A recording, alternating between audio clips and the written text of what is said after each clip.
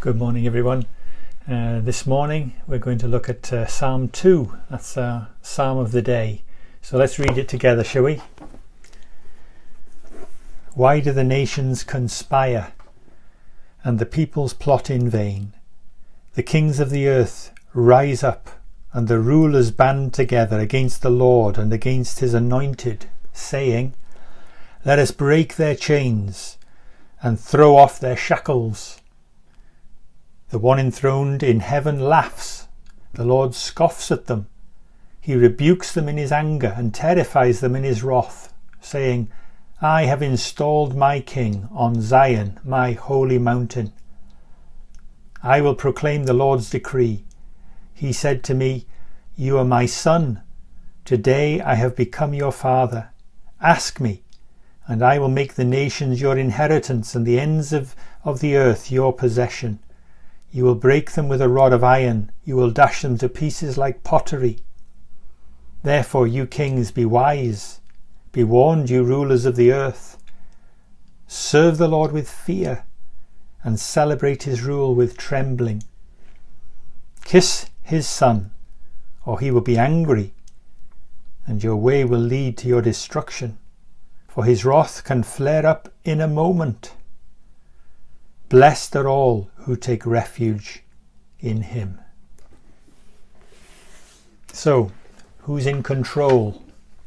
Who's in charge? That's the question, I think, that's on many people's lips and in their minds at this time. And it's an uncomfortable feeling, isn't it, to realise that circumstances around us are out of our control. We're locked up in our homes, most of us. We seem so helpless. It can raise fear and anxiety and frustration. Some people are tempted to take refuge in alcohol, some in entertainment. Where can we go for refuge? Well, it's not to be found among the kings of the earth and the rulers, however much they band together in this psalm. No, this psalm is about the Lord and his King. It's a song about his anointed, the Messiah, pointing us to Jesus Christ, the Son of God. And look how the song ends. Blessed are all who take refuge in him. Now, why should we take refuge in Jesus Christ? Well, first reason is that because God has installed him. See that in verse 6? God has installed him. I have installed my king on Zion, my holy mountain. Jesus is already reigning.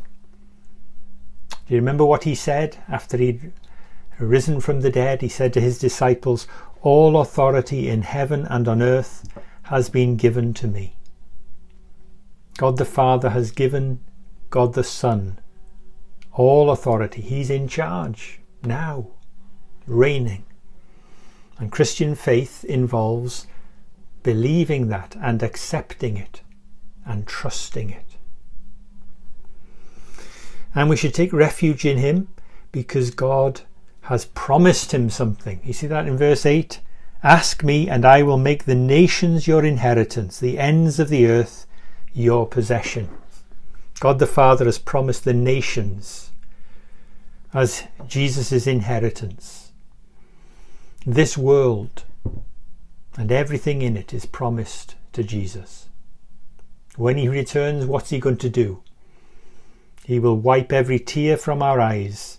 There will be no more death or mourning or crying or pain, for the old order of things has passed away. He who was seated on the throne said, "I am making everything new." So this morning, as the day begins, let me encourage you to turn to Christ in prayer, praying something like this: Lord, thank you that you are in charge of today. Thank you that I don't need to worry about not being in control myself. I commit myself, my situation, my family, my future into your hands as I take refuge in you today. Amen.